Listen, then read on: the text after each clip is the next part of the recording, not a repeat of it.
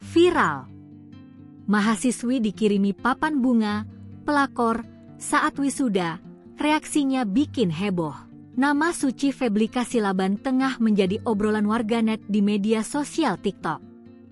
Pemilik akun TikTok bernama Mrs. Kashu 12 ini mengaku telah diselingkuhi oleh suaminya. Saking sakit hatinya, wanita yang diperkirakan berasal dari Sumatera Utara ini mengirim papan bunga berupa sindiran ketika selingkuhan suaminya di wisuda. Momen inilah yang menjadi obrolan warganet, sebab papan bunga yang dikirimkan Suci bukannya ucapan selamat, tetapi malah hinaan untuk perempuan yang diduga selingkuhan suaminya. Isi papan bunga kiriman Suci bertuliskan, "Selamat wisuda, Dokter Gatal, SWN, inisial mahasiswi tersebut, dokter hanya title gelar sejatimu, pelakor." Sementara itu, di samping papan bunga itu, juga terdapat banner berukuran raksasa yang memuat foto SWN. Turut berduka cita atas meninggalnya akhlak dan moral dokter SWN. Tertulis dalam poster itu ungkapan kekecewaan Suci lantaran suaminya berpaling di saat dirinya mengurus anak bayinya. "Gak perlu dihina, kau sudah terhina," tulis Suci dalam banner tersebut. Pada postingan lain, Suci sebenarnya sudah mendapat jawaban dari mahasiswi yang ia tuduh sudah merebut hati suaminya.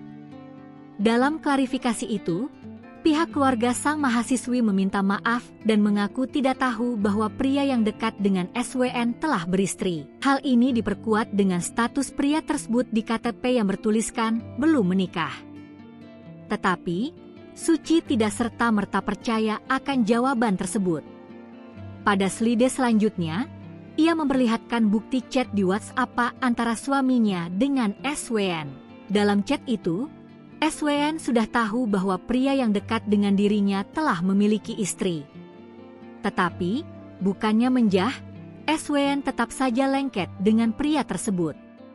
Lebih jauh diketahui dalam curhatan Suci, hubungan SWN dengan suaminya lebih dari sekedar pacaran, tetapi sudah merembet ke hubungan yang lebih dewasa. Keduanya juga acap kali bertemu di hotel tanpa sepengetahuan Suci.